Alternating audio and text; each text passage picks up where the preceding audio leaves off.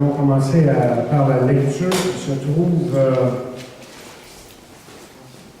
dans 1 Samuel 27. Dans l'Ancien Testament, on arrive à la fin de la première partie d'une série sur David avant qu'il prenne le trône. Il y a beaucoup de choses qui se passent dans sa vie, Dieu le prépare, comme on a vu depuis quelques semaines. Et maintenant, on arrive au chapitre 27, c'est vers la fin de ce temps où il est fugitif. Vous vous rappelez, David est fugitif, là, fugitif. Et c'est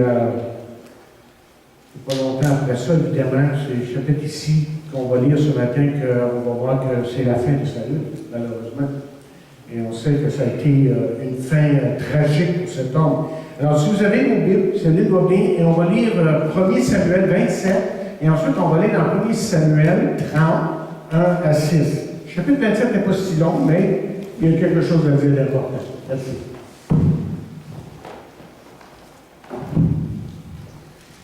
Alors David dit en lui-même, « Je périrai un jour par la main de Saül. Il n'y a rien de mieux pour moi que de me réfugier au pays des Philistins, afin que Saül renonce à me chercher encore dans tout le territoire d'Israël. Ainsi, j'échapperai sa main. » Et David se leva, lui et les 600 hommes qui étaient avec lui, et ils passèrent chez Achish, fils de Maoc, roi de Gath. David et ses gens restèrent à Gath auprès d'Achish. Ils avaient chacun leur famille, et David avait ses 2 femmes, Akinoam de Jizréel et Abigail de Carmel, femme de Nabal. Saül, informé que David s'était enfui à Gath, cessa de le chercher. David dit à Achish, « Si j'ai trouvé grâce à tes yeux, qu'on me donne dans l'une des villes du pays un lieu où je puisse demeurer. Car pourquoi ton serviteur habiterait-il avec toi dans la ville royale? » Et ce même jour, Achish lui donna Tsiklag. C'est pourquoi Tsiklag a appartenu au roi de Juda jusqu'à ce jour. Le temps que David demeura dans le pays des Philistins fut d'1 an et 4 mois.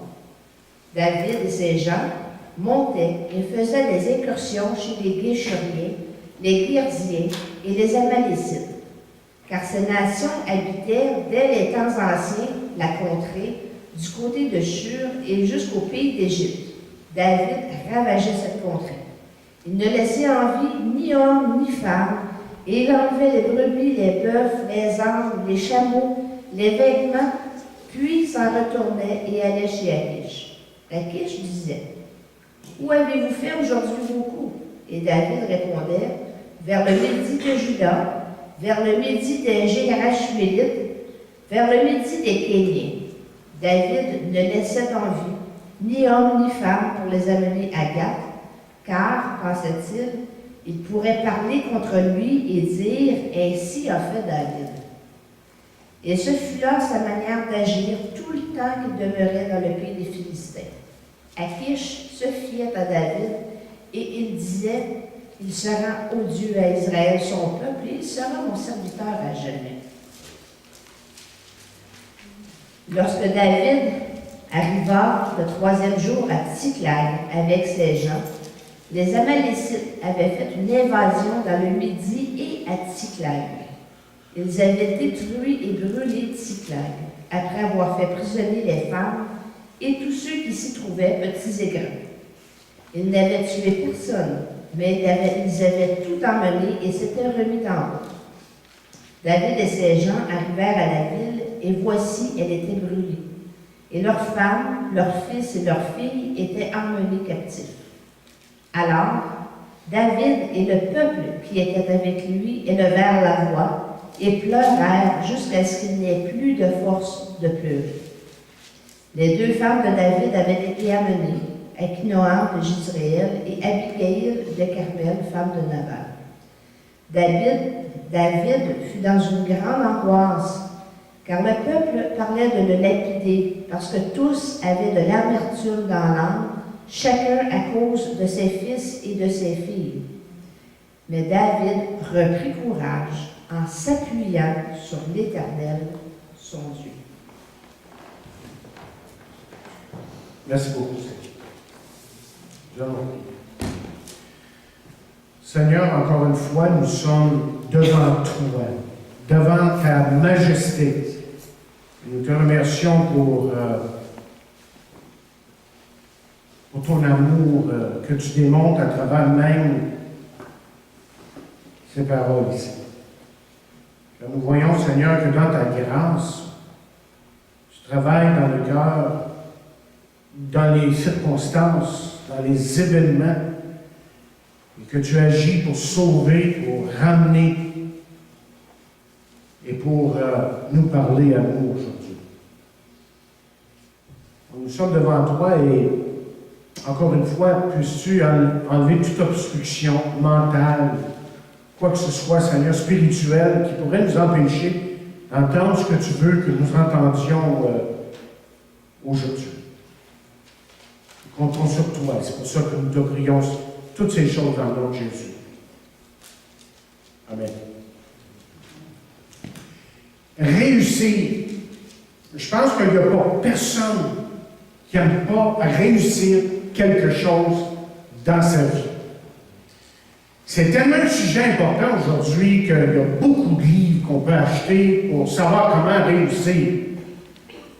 Et deux de ces livres les plus notables qu'on peut trouver dans une librairie, une bibliothèque aussi, un en anglais, c'est In Search of Excellence, à la recherche de l'excellence, et l'autre, en français, on peut l'avoir intitulé Rendez-vous au sommet par Zig Ziglar. Et chacun de ces livres nous raconte des histoires et nous donne des principes là, qui peuvent guider une personne justement vers le succès. Et j'ai remarqué que ce qui ressort de ces livres n'est pas tellement une méthodologie pour la réussite. Et ce que j'ai remarqué en lisant quelques-uns de ces livres, c'est le sorte de caractère qui est nécessaire pour réussir. Il y a plusieurs années de cela, je suis allé dans une conférence de Zig Ziglar, un homme qui connaît le Seigneur, et dans cette conférence, il demandait justement aux gens quelle sorte d'employeur, de patron qu'on aimerait avoir en tant qu'employé. Et là, il y avait assez de temps, je pense dans le temps, ça fait plusieurs années quand même, qui écrivait les différentes choses. Il y en avait 33, je ne sais pas pourquoi 33, mais il a fait la même chose en parlant d'employés, quelle sorte d'employés que nous aimerions avoir en tant qu'employeur. Et le secret, ou si vous voulez, le point qu'il essayait de faire tout simplement, c'est que la réussite n'est pas autant ce que nous faisons, mais la réussite est avant tout ce que nous sommes. Alors, je vous pose la question ce matin. Quelle sorte de personne êtes-vous? Quelle sorte de personne êtes-vous? Seriez-vous l'employé en qui un employeur aurait vraiment confiance? Seriez-vous l'employeur, le patron tant désiré, un patron qui est juste, aimable, motivateur, patient? Mais si on se revient à David ce matin, on se rappelle que David, ce qui ressort de la vie de David, c'est que David était un homme selon le cœur de Dieu. Et jusqu'ici, on peut dire que David avait réussi. Réussi, par exemple, à être vainqueur de Goliath, vainqueur de ses ennemis, vainqueur de sa colère, et vainqueur de l'esprit de vengeance. Et toutes ces choses, vous voyez, auraient causé beaucoup d'ennuis dans sa vie si ces choses-là avaient pu le moindrement le bloquer, si vous voulez, dans sa marche vers la royauté.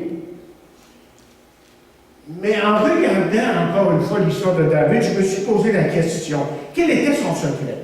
Moi, j'aime toujours regarder un petit peu les hommes qui réussissent quelque chose et lire un peu qu'est-ce qu'ils font, mais pourquoi ils sont capables de faire ce qu'ils font?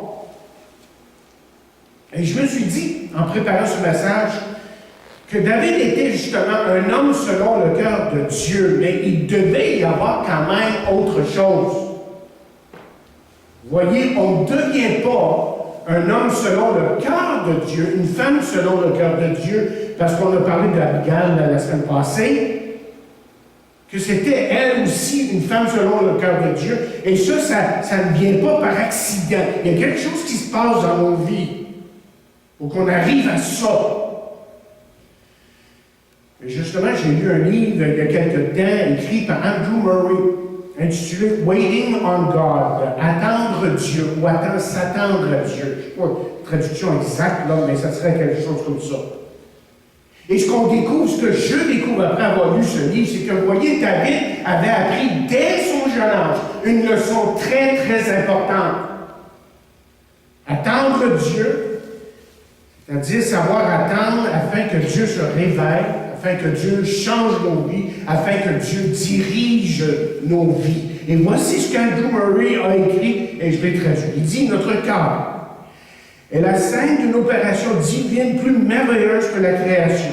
Ce que Dieu nous demande, c'est que nous lui cédions nos vies, que nous consentions à attendre dans sa présence pour qu'il fasse le tout.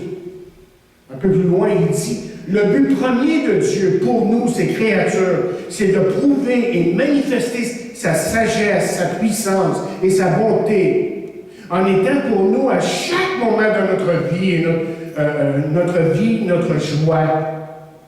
Attendre Dieu, dit-il, c'est de recevoir ce que lui seul peut nous donner.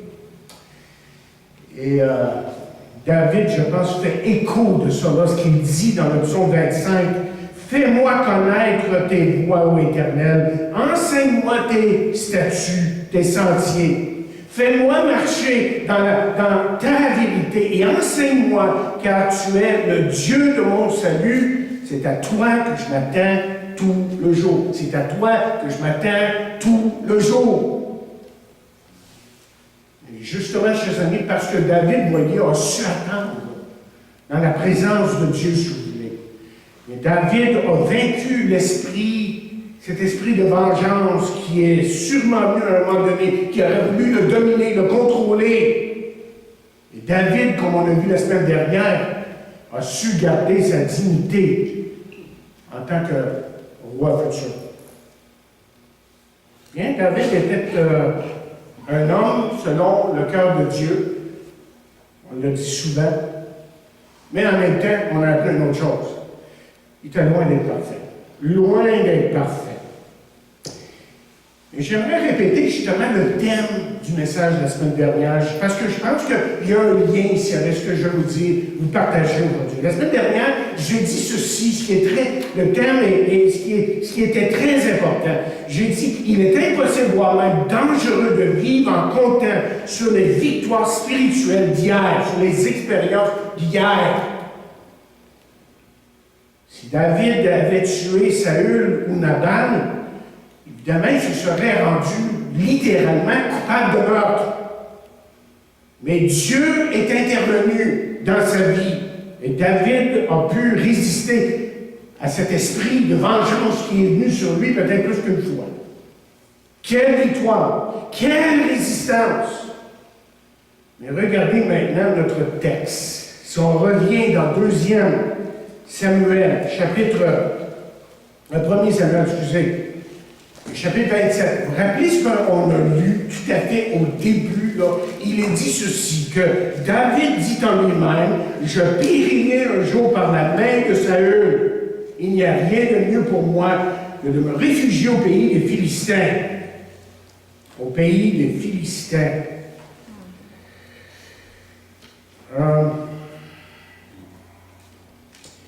Avant de dire ça, avant que j'embarque sur David, je me suis trouvé cette semaine à dire à quelqu'un ceci. Je lui ai dit, le problème que tu vis n'est pas le problème, mais c'est ton attitude face à ton problème qui est le problème. J'étudie assez souvent le mot problème. Et nous trouvons ici David qui, je pense, est quelque peu découragé, quelque peu fatigué, d'être justement un fugitif. Est-ce que ça vous arrive, là, justement, d'être quelque peu découragé, peut-être que je devrais dire plutôt, quelque peu tanné de la situation dans laquelle vous vivez. Ça fait tellement longtemps que vous êtes là. Ça nous arrive tous, si vous savez, comme vous savez. Mais savez-vous que c'est pas là que se trouve le problème. Le problème, c'est ce que vous faites, évidemment, quand vous êtes découragé. Ça, c'est le problème. Quand vous êtes découragé, vous avez le choix de prendre la bonne ou mauvaise décision. C'est très intéressant parce que Daniel ne savait pas de quoi j'allais parler. C'est de ça que je veux parler. Vous avez le choix soit de prendre la bonne ou la mauvaise décision. Soit une confiance en Dieu pour vous relever, ou soit que vous vous apitoyez sur vous-même et que vous empruntez la voie de la désobéissance. Et le titre du message, justement, c'est une mauvaise décision. Parce que David en a pris plus qu'une mauvaise décision. Mais voici que je pense, la plupart des exégètes pensent que David a vraiment pris une mauvaise décision ici et qu'il y a eu justement des conséquences néfastes. Fatigué et quelque peu négatif, David emboîte le pas pour se diriger vers le pays des Philistins. Qu'est-ce qui fait que David a pris cette décision-là d'aller dans le pays des Philistins? Et moi, je vous suggère ce matin que tout commence en haut des épaules. David, autrement dit, a erré dans sa façon de penser. David, voyez, a adopté, je pense qu'on peut dire, on peut résumer ici 3 façons de penser qui étaient fausses, qui lui ont été néfastes. Premièrement, David a adopté un point de vue tout à fait humain. Parce que si vous avez suivi avec moi, vous savez que David arrive probablement ici d'un high spirituel. Il arrive d'un high spirituel. Après tout, David a résisté à la tentation de tuer Saül. David avait su écouter les conseils d'Abigail, ce qui a évité le meurtre de Nabal. Et vous pouvez vous être sûr, vous pouvez vous imaginer que David se sentait spirituel, que David se sentait victorieux et quelque peu juste à ses propres yeux. Autrement dit, ce qui est arrivé ici, après cette grande victoire spirituelle, c'est que David est devenu vulnérable à son moi. Et il a probablement commencé quelque peu à se glorifier. Et remarquez les premières paroles ici. Il ne faut pas rien écrit comme ça. On dit que David dit en lui-même. Comment on dit? Il s'est parlé. Il s'est parlé lui-même. Il s'est parlé à lui-même. Il n'y a rien de mal en soi dans ça, évidemment, à moins que ses pensées ne soient dirigées par Dieu. Et savez-vous ce que je découvre dans le chapitre 27? Si vous lisez attentivement, vous allez découvrir ceci. C'est que pas une fois, est-ce que David a demandé à Dieu de le guider. Il n'y a pas une fois qu'il l'a demandé. Alors il décide dans sa réflexion humaine de s'esquiver chez les Philistins. Toute année, fatigué de cette situation. Ça faisait des années qu'il était, peut-être pas des années, mais des mois qu'il était fugitif. Et deuxièmement, David a adopté un raisonnement pessimiste. Écoutez-le lorsqu'il dit « Je périrai un jour par la main de Saül ».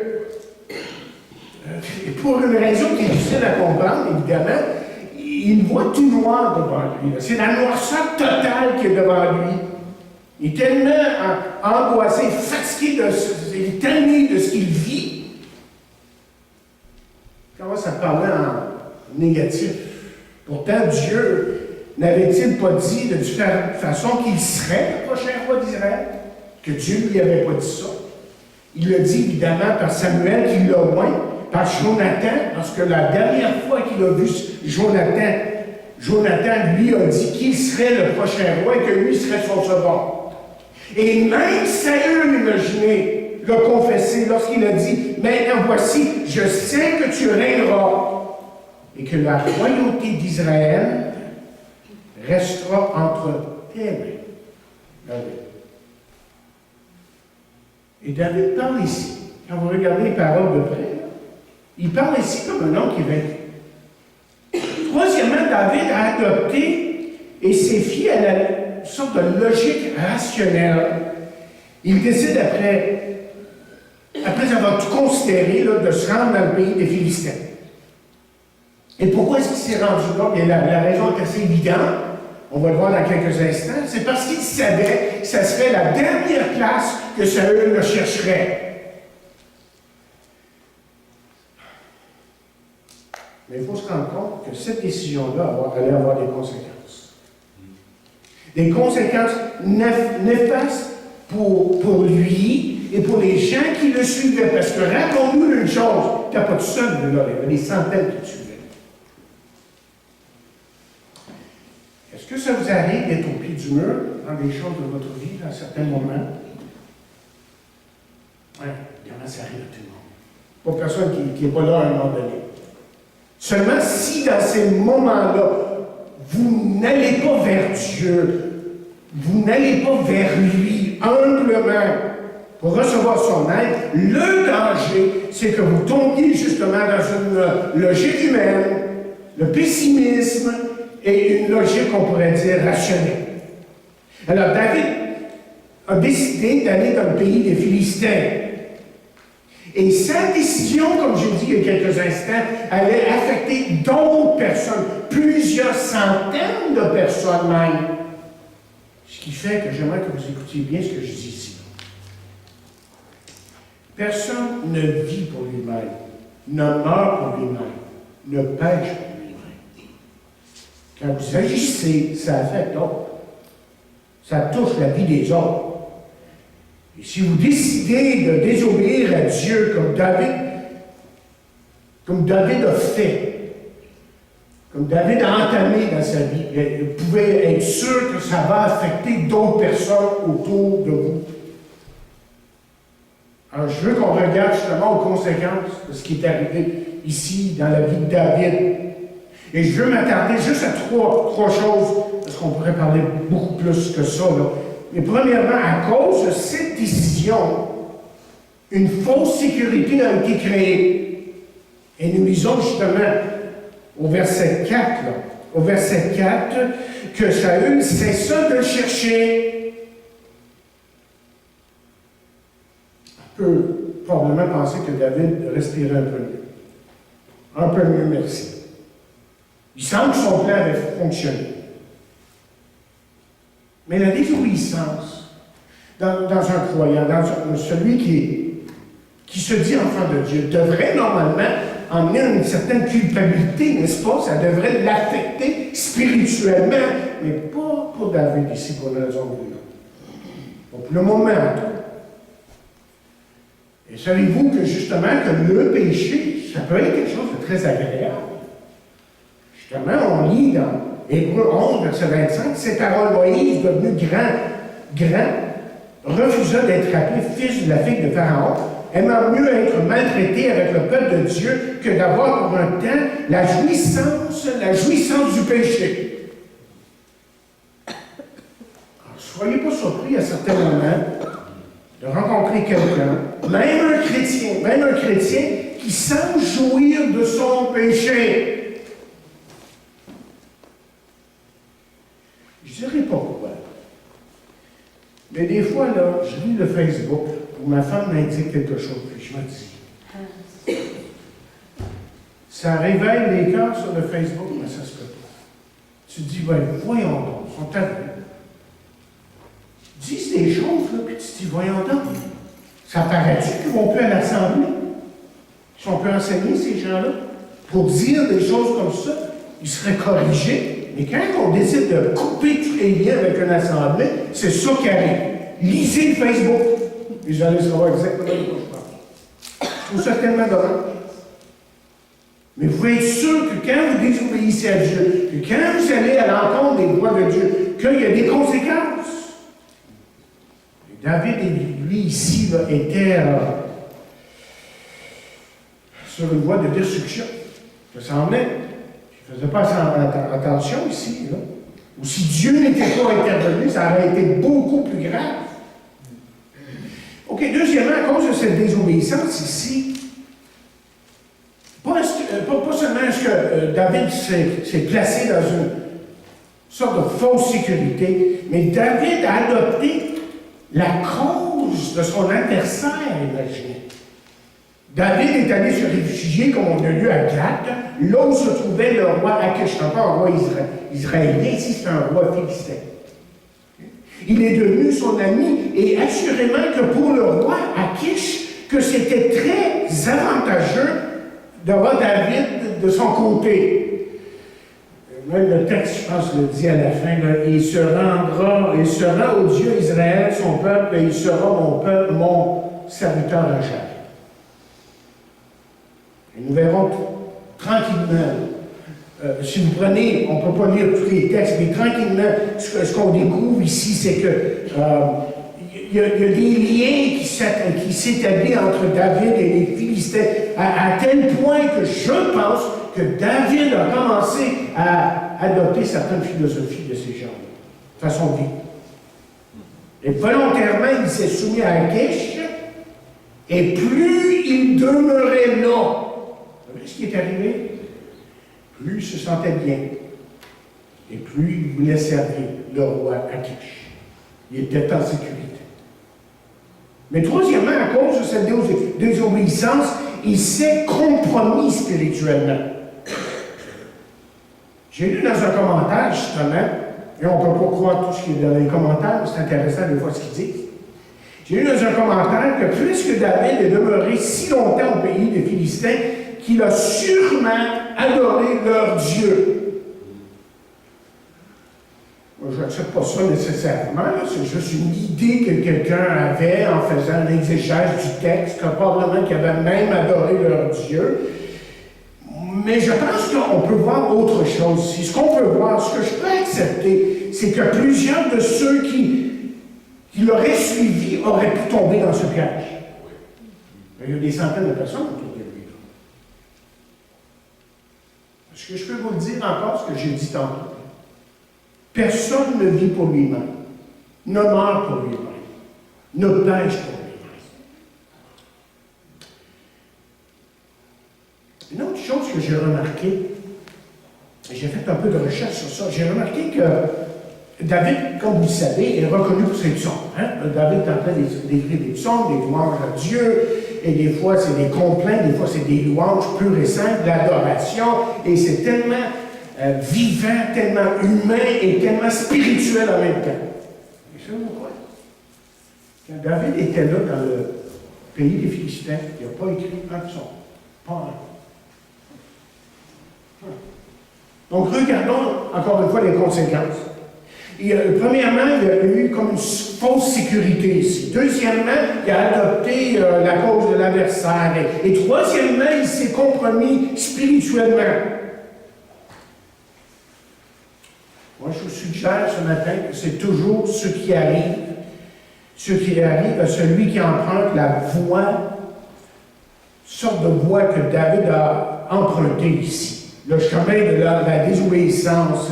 Et par-dessus tout, ce qu'on peut voir ici, c'est que ces conséquences, vous voyez, et on pourrait regarder d'autres textes, mais le temps nous manque, c'est que les conséquences sont toujours subtiles. C'est bien tranquille. Et on s'en aperçoit même. On s'en aperçoit même. Les conséquences, lorsqu'on ne vit pas pour Dieu, lorsqu'on marche dans la désobéissance, lorsqu'on ne confesse pas ses manquements, ses péchés devant Dieu, parce que la Bible dit de confesser nos péchés, et si on n'est pas prêt à se mettre en règle avec Dieu, justement, ce qui nous arrive, c'est qu'on développe une fausse sécurité, spirituellement parlant. Et on commence à adopter la pensée du monde autour de nous. Et tranquillement, il y a le compromis spirituel. On est prêt même à croire n'importe quoi. Ça fait notre affaire. Et graduellement, ce qui arrive, la conséquence la plus néfaste en ça, c'est que quand les gens regardent, les gens ne voient même pas que vous êtes un enfant de Dieu. Ils ne peuvent pas le reconnaître. vous voit comme les autres. On pour rien que Paul dit ceci, il parle à des chrétiens ici, il dit cette conscience que quelques-uns l'ont perdue et ils ont fait naufrage par rapport à la foi. David était présentement dans cette situation-là, il avait comme perdu une conscience qui venait de Dieu. Conscience, sensibilité qu'il avait auparavant. Je faisais qu'il revenait à Dieu. S'il y avait quelque chose qui n'allait pas, il revenait à Dieu. Confessait ses manquements. David n'était pas mort, mais je peux vous garantir une chose, il n'était pas fort. Et la question, c'est de savoir, est-ce qu'il va s'en sortir? Est-ce qu'il va vraiment réussir à s'en sortir? Mais c'est ce qu'on va voir. Parce que je veux vous dire que les choses, les tempêtes et les vents dans sa vie augmentent. Ça va aller de pire en pire. Et souvent, lorsqu'une personne s'éloigne de Dieu, la situation spirituelle, justement, de cette personne-là va de pire en pire. C'est de pire en pire. Et la personne ne s'en rend même pas compte qu'elle est loin de Dieu. Complètement aveugle à ces situations spirituelles. On ne voit même pas ce qui se passe dans nos vies. Et comment est-ce qu'on le voit? Non, on ne veut pas se mettre devant les gens, là, maître et juge, là, mais c'est perceptible après un certain temps. Après un certain temps, on le voit par les attitudes des gens face à certains problèmes dans leur vie, leur façon de penser, et vous l'entendez par les paroles qui sortent de leur bouche, évidemment. Ils ont toutes les raisons pour en vouloir à tel et tel. Combien de fois j'entends les chrétiens dire avec moi, non, il n'y a pas de question, non, mais tu te dis, voyons donc, d'où ça vient cet esprit-là? Cette personne-là est contre ceci et contre tout, il n'y a rien de positif. Et ce qui est arrivé à David, c'est exactement ça. Ce qui peut nous arriver.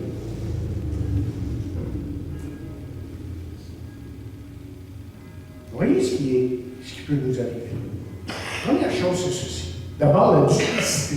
Vous savez, c'est quoi la duplicité? David avait fait semblant. Il a fait semblant. Si vous avez bien suivi la lecture avec moi, là, David a fait semblant de prendre la cause des Philistins. Et là, il a commencé à attaquer des tribus dans le désert, peut-être des ennemis des Philistins. Duplicité veut dire hypocrisie, mais c'est plus que ça, c'est d'avoir deux faces. Une face là, une face là. En tout cas, regarde. Je pense que vous avez une idée de ce que je veux dire. Personne qui a deux faces. OK?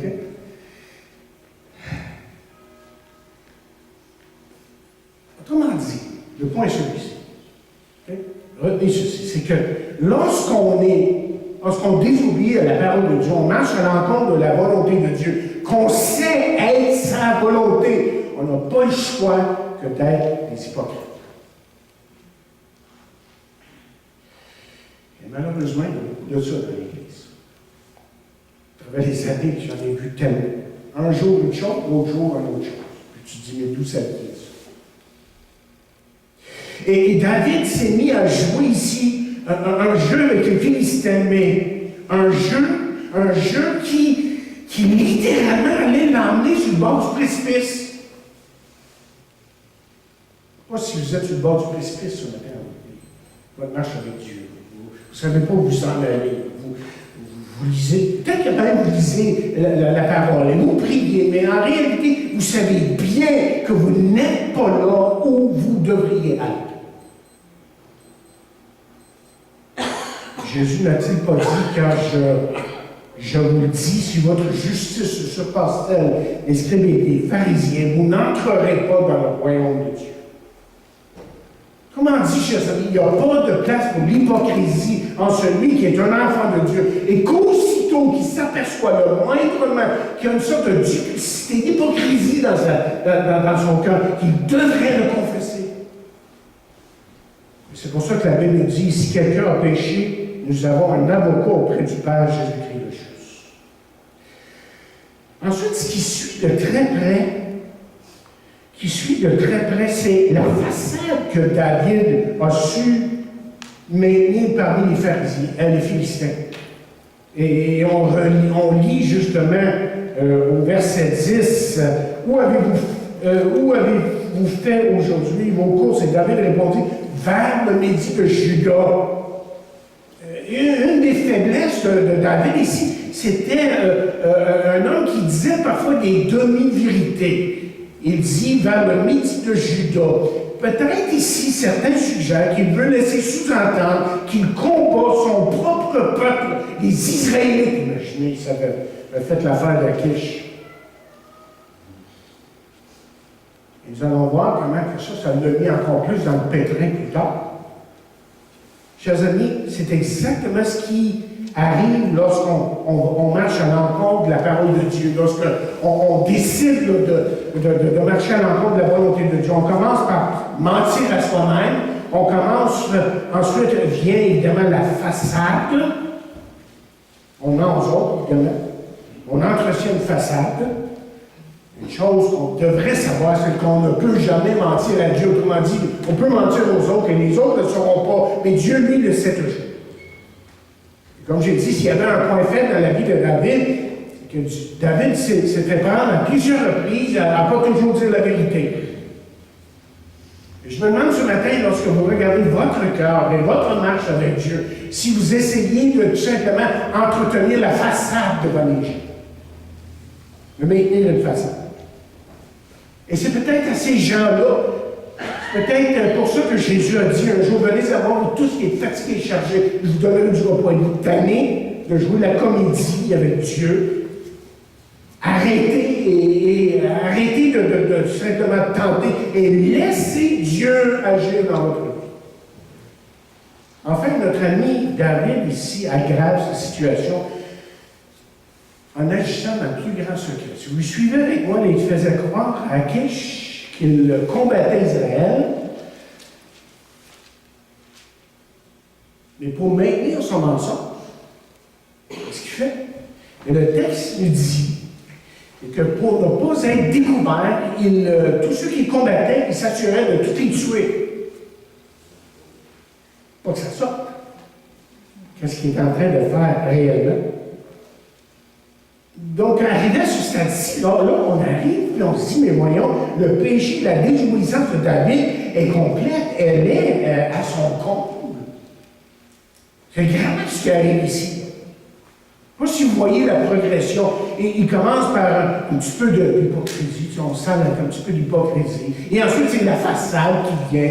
Et pour maintenir sa façade, lui s'assure que le mal est gardé secret. Que ses actions soient gardées secrètes. Ça me ressemble, ça, des fois. Mais quelle est la solution à ça? Jésus a dit ceci, celui qui demeure en moi et en qui je demeure porte beaucoup de fruits, car sans moi, vous ne pouvez rien faire. Et en méditant encore une fois ces paroles-là, cette semaine, je me suis dit, mais qu'est-ce que Seigneur tu veux dire exactement quand tu dis ici celui qui demeure en moi? Et la réponse m'est venue. En demeurant dans ma grâce. En demeurant dans ma grâce. J'ai compris qu'en demeurant dans sa grâce, que je peux justement enfin arrêter, cesser de jouer la comédie. Je peux lui dire que je suis un pécheur et je peux lui dire que je suis incapable de vivre pour lui et vraiment de le laisser agir de ma vie. Et ça, j'appelle ça aussi le miracle de la grâce de Dieu. Quand on arrive à ce point-là, j'appelle ça le miracle de la grâce de Dieu. Lorsqu'on commence à confesser des choses à Dieu, et je me demande ce matin, est-ce que vous connaissez le miracle de la grâce de Dieu dans votre vie? Parce que cette grâce-là pardonne, cette grâce-là, elle sauve, et cette grâce-là remplit. Mais j'entends quelqu'un qui dit, oui, mais moi, là, cette semaine, wow, j'ai vécu comme un... J'utiliserai le mot que vous voulez. Je ne sais pas quel mot vous voulez utiliser exactement. Mais je n'ai pas vécu comme un chrétien. Je l'avoue et je n'hérite rien de Dieu. Mais justement, si vous en êtes là dans votre vie, vous êtes le candidat idéal de Dieu, de la grâce de Dieu. Parce que c'est juste les pécheurs qui peuvent profiter de la grâce de Dieu. Personne d'autre. Les justes, eux autres, ne profitent pas de la grâce de Dieu. OK, arrivons au dénouement de cette histoire, le temps déjà passé. Et pour ce faire, il faudrait lire le chapitre 29, verset, chapitre 30, le temps nous manque évidemment, donc je vais résumer. Vous voyez, David, plutôt Dieu, a vu son loin. Dieu a bien vu que celui qui était futur roi s'éloignait de lui. Alors, vous savez ce qui est arrivé ici? Alors, vous lisez l'histoire ici. Et que vous voyez la sorte de relation que Dieu avait avec David et que David avait avec Dieu. C'est que Dieu lui-même se met en marche pour protéger son enfant et pour garder son enfant et pour ramener son enfant. C'est ça que Dieu fait. Et moi, je crois que c'est exactement comme ça que Dieu agit avec tous ses enfants. Remarquez ce qui est arrivé. D'abord, il y avait le soupçon. L'histoire nous dit que les pharisiens se préparaient pour un combat contre Israël. Est-ce que David allait combattre contre Israël, quand même? Là, il était vraiment comme piégé. Il allait combattre contre son propre peuple. Ça ne marchait pas, ça, cette affaire-là. Il n'a jamais voulu ça. Mais il était comme piégé. Et là, il y a quelque chose qui arrive dans le chapitre 29. Si vous l'avez devant vous, voici ce que nous lisons. Au chapitre 29, verset 5, nous lisons, n'est-ce pas ce David pour qui l'on chantait en disant, Saül a frappé ses 1000 et Saül et David ses 10 000. Akish appela David et lui dit, l'Éternel est vivant, si tu es un homme droit et j'aime à te voir aller et venir avec moi dans le camp, car je n'ai rien trouvé de mauvais en toi depuis ton arrivée auprès de moi jusqu'à ce jour, mais tu ne plais pas au prince. Tu ne plais pas au prince.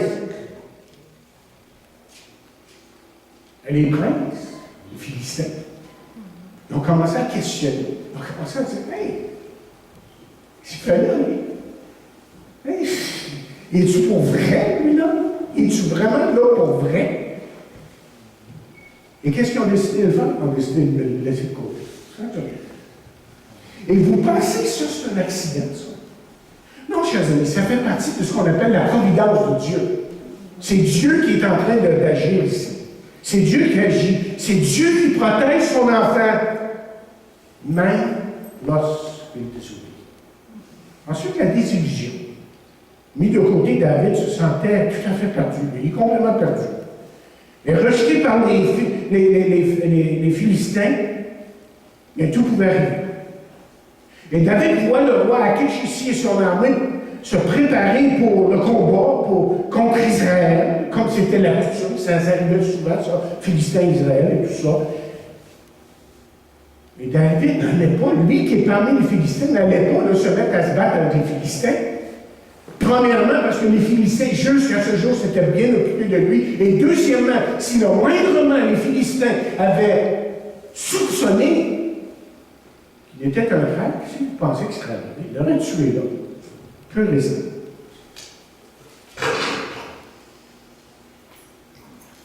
Quel pétrin, hein? Tout un gâchis, là. Donc, ça revient à ce que je viens de dire il y a quelques instants. Rappelez, la troisième fois que je dis, personne ne vit pour lui-même, et personne ne meurt pour lui-même, et personne ne pèse pour lui-même. Il y a toujours des conséquences à vos actions. Tout le temps. On paie le prix lorsqu'on désobéit. Et ensuite, dernièrement,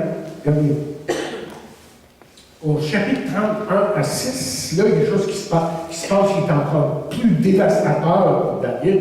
David retourne chez lui pour découvrir le pire, que la ville que Akish lui avait donnée, Tziklag, avait été détruite par les Amalécites.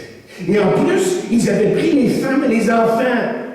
Et là, si vous avez bien suivi la lecture dans le chapitre 30, c'était littéralement la consternation parmi le peuple.